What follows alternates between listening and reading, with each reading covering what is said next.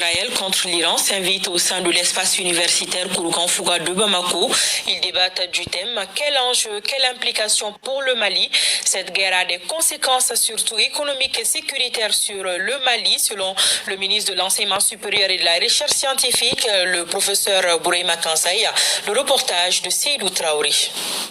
De plein pied dans les débats mondiaux avec la guerre du Moyen-Orient, l'université Kouroukan Fouga de Bamako assure sa mission d'avant-garde d'activités scientifiques dans un monde en pleine mutation avec géopolitique à géométrie variable. Le choix du thème guerre États-Unis-Israël contre l'Iran, quel enjeu, quelle implication pour le Mali n'est pas fortuit.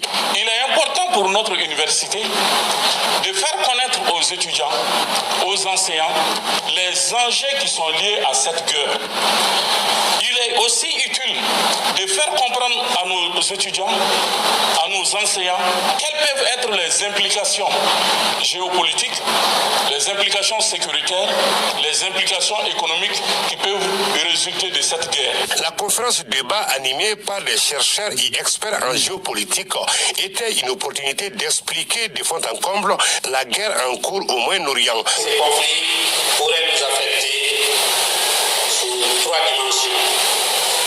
Sur le plan sécuritaire, nous observons une recomposition des alliances terroristes depuis le 11 septembre 2001. Les flux d'armes s'intensifient et les groupes djihadistes actifs au Mali sont cyniquement instrumentalisés, devenant des pions sur l'échiquier global.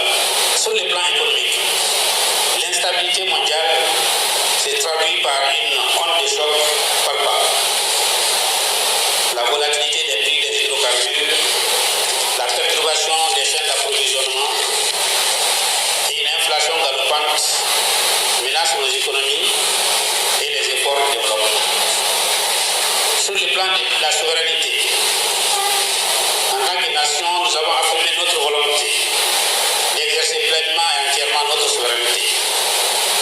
Mais cela implique une vigilance constante, une capacité à naviguer avec discernement entre les blocs, à résister aux injonctions qui limiteraient notre autonomie décisionnelle. Dans un débat soutenu, les conférenciers ont exposé en profondeur les fondements idéologiques et économiques du conflit, les nouvelles stratégies de domination et exposé les menaces pesant sur le Mali et la Confédération AES.